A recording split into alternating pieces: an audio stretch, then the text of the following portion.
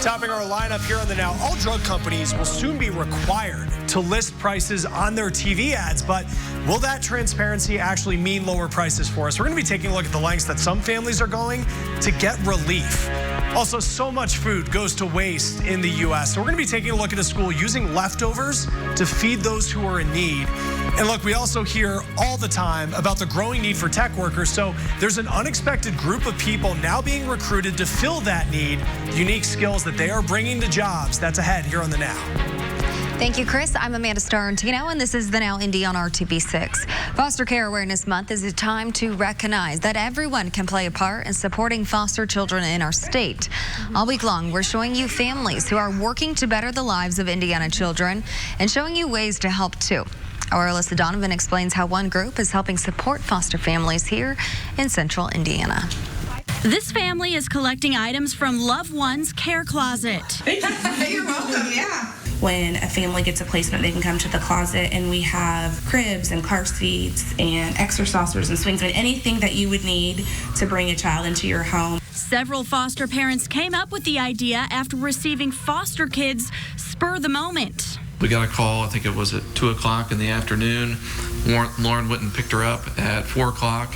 And we're off and running, and all she had was a diaper. Lauren and Ryan Roller had to run around quickly buying items the child would need. Now we need a crib, we need a car seat, we need clothes. The hectic experience, relatable for many foster parents, like the Gilkeys, who are also part of the Loved One Ministry.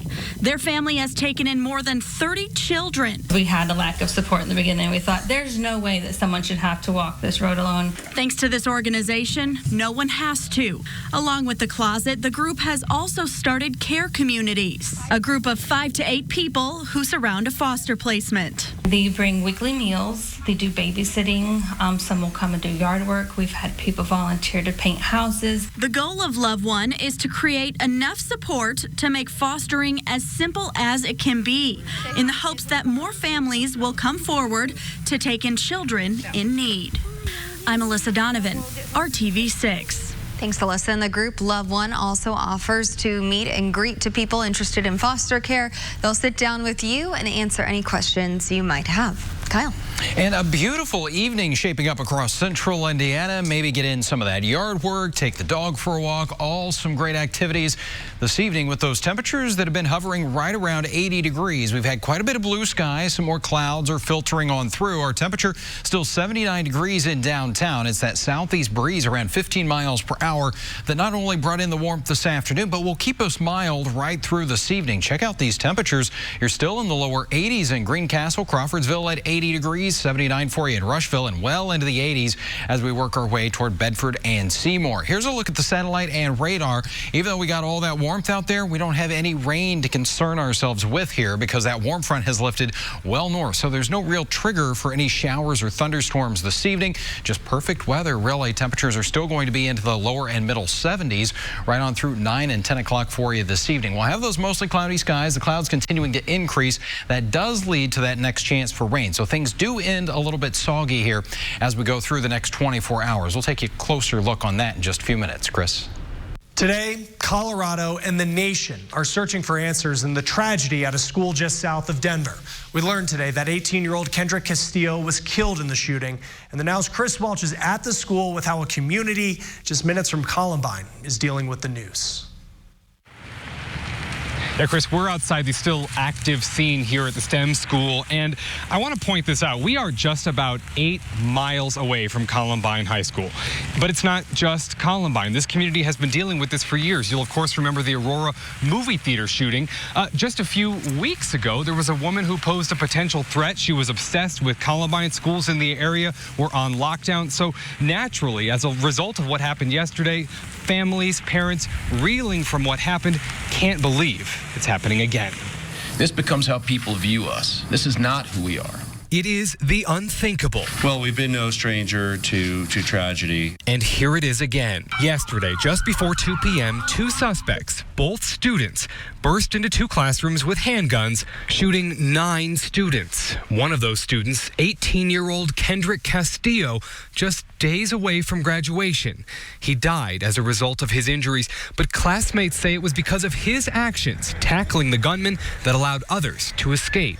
Dr. Mark Elliott treated several victims. So yes, that is actually the Columbine Never Forgotten pin.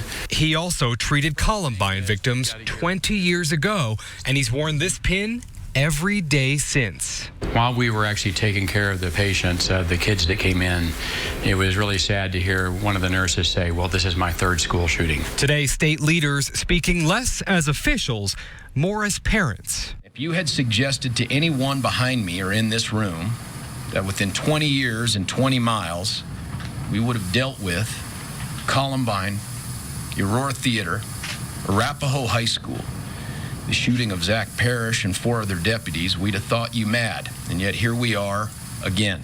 Parents like Denver Nuggets head coach Michael Malone. But it's a shame. My girls have been in a lockout twice in the last month. Enough is enough. Colorado Representative Diana DeGette taking this message all the way to the halls of Congress. People say it's too soon. We can't talk about gun safety. But you know what? Tell that to the survivors of Columbine, only 7 miles away from this school, who have been waiting for 20 years for it to be time. Reporting near Denver, Colorado, I'm Chris Welch. All right, Chris, thank you. Let's get back to our lineup here on The Now. All drug companies will soon be required to list prices on their TV ads, but will that transparency actually mean lower prices for all of us? We're going to look into the lengths that some families are going to get relief.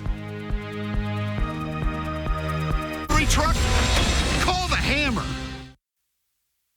Welcome back to The Now Indy on RTV6. The dangerous social media and YouTube challenge is taking the lives of teens across the country, including a southern Indiana boy. And tonight, the warning from an Indianapolis hospital you need to see. It's called the choking challenge. It's where a person either strangles themselves or gets another person to strangle them in order to experience a euphoric feeling. Mason Bogart of Evansville died. First responders found him unresponsive inside his home on May 1st. His mother said on Facebook she believes he died after attempting that challenge. Dr. Corey Showalter with Riley Children's Health explains the dangers of the choking challenge and what you need to look out for. I think it's super important that parents are watching over their children, especially what they're doing online. At Riley, we're the only one trauma center, level 1 trauma center in the state of Indiana, and so all the bad cases will ultimately come to us. And so our PICU physicians have taken care of kids who've ended up in the ICU because of these types of injuries, and other ED doctors here at Riley have taken care of kids with these injuries. Dr. Showalter says the choking challenge is not new, but it has become more widespread because of social media. Showalter tells us parents should get off their phones and tablets a little bit more to check in on their kids and what they're doing. All pharma companies will be required to list drug prices on their TV ads as soon as this summer. The Health and Human Services Secretary announcing that rule today. Now, the goal with all of this is transparency, but the big question is just how much will this actually impact prices? Andy Taylor's taking a look at the extreme measures some families are taking to deal with the high prices. We believe patients deserve a clearer picture of what they can expect to pay at the pharmacy. Johnson & Johnson became the first drug maker to reveal the prices of its prescription medicine this year. They included the list price and potential out-of-pocket costs that patients will pay. Health advocates we spoke with say transparency is great, but that's not going to lower drug costs. Leah Greenseed is a mother to a daughter with type 1 diabetes and says prices vary all the time. It's really hard to talk about costs, but it's one of the most critical pieces to keeping her alive. She recalls paying $700 once for her daughter's insulin. It wasn't until a family trip to Canada where drug prices for insulin changed. The insulin she brought for her daughter wasn't working, and they needed to stop at a pharmacy to get new pens. I then was worried about how much it was going to cost. And when he told me what it was, which was about 1/10 of the price that we were paying in the United States, I got all teared up. In the U.S., it cost her $490 for 5 insulin pens. And I bought the same exact 5 pens for $93 in Canada. She knows traveling to another country to buy insulin isn't the solution, but right now, it's worth it. In our experience traveling, the insulin that we've used abroad is exactly the same formulation as the insulin in the United States. Leah says, forget about the commercials. Let's focus on lowering drug prices altogether. I'm Annie Taylor reporting. Annie, thank you. More in our lineup, and so much food in the United States goes to waste every single day. So we're going to take you to a school that's making sure that doesn't happen, how they're using leftovers to feed those in need.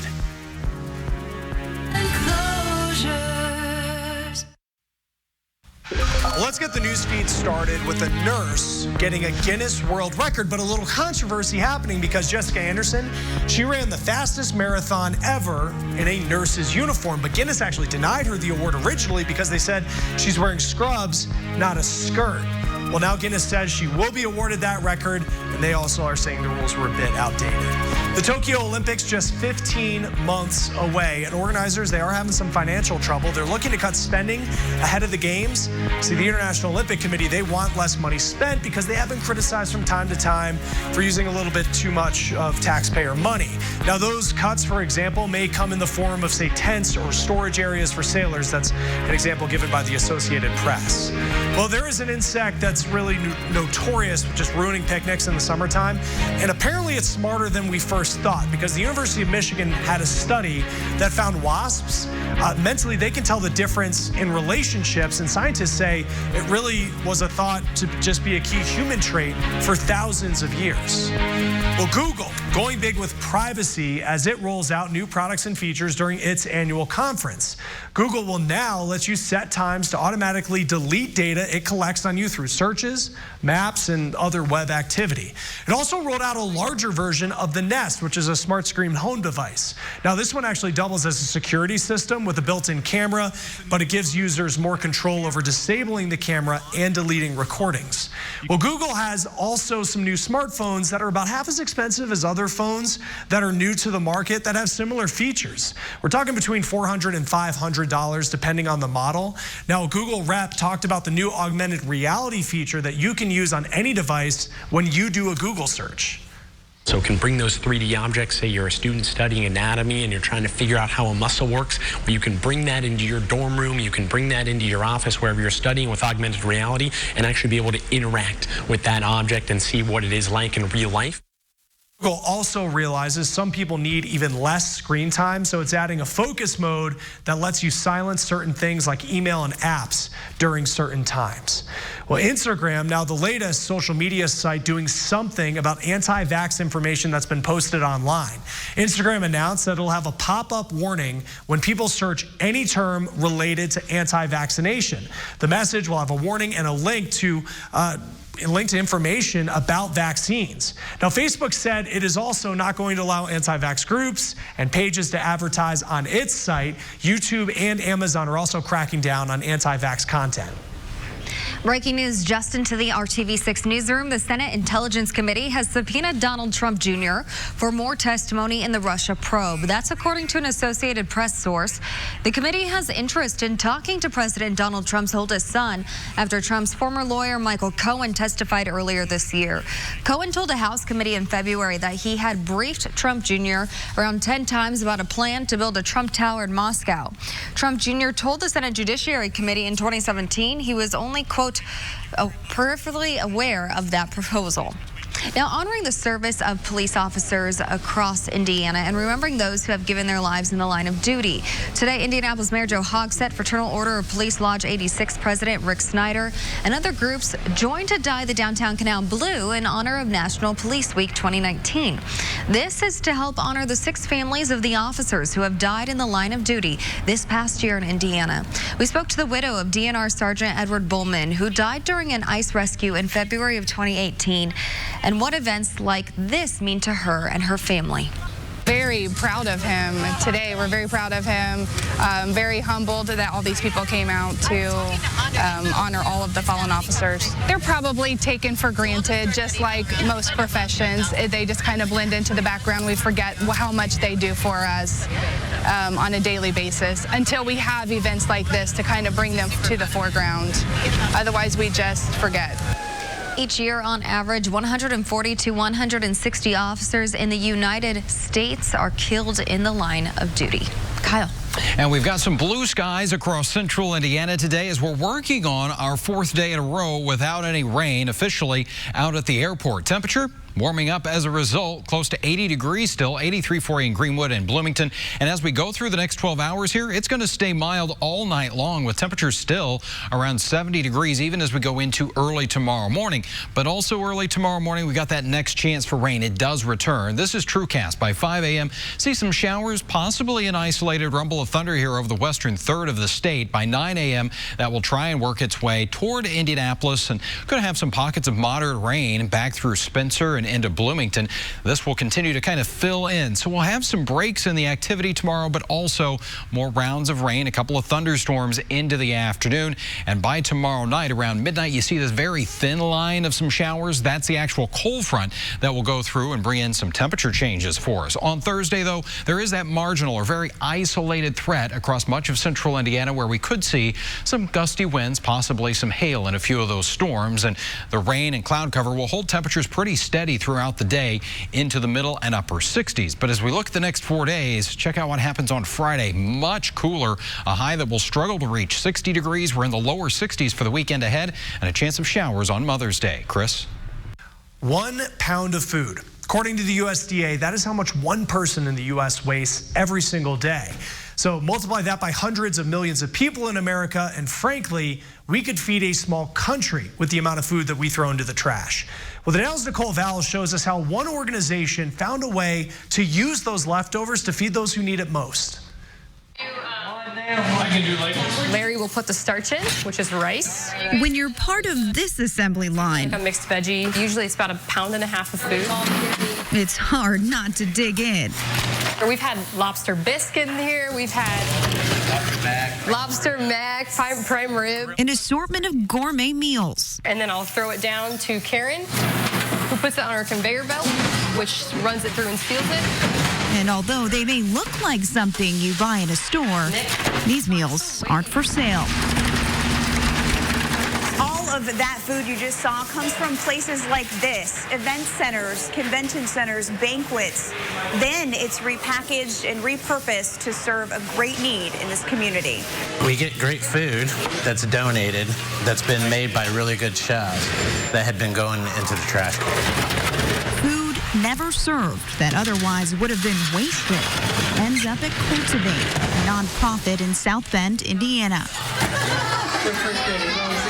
Then these meals end up in the hands of those who desperately need it. When you have limited amount of funds, sometimes the first thing to go is your food source, especially if you have a larger family.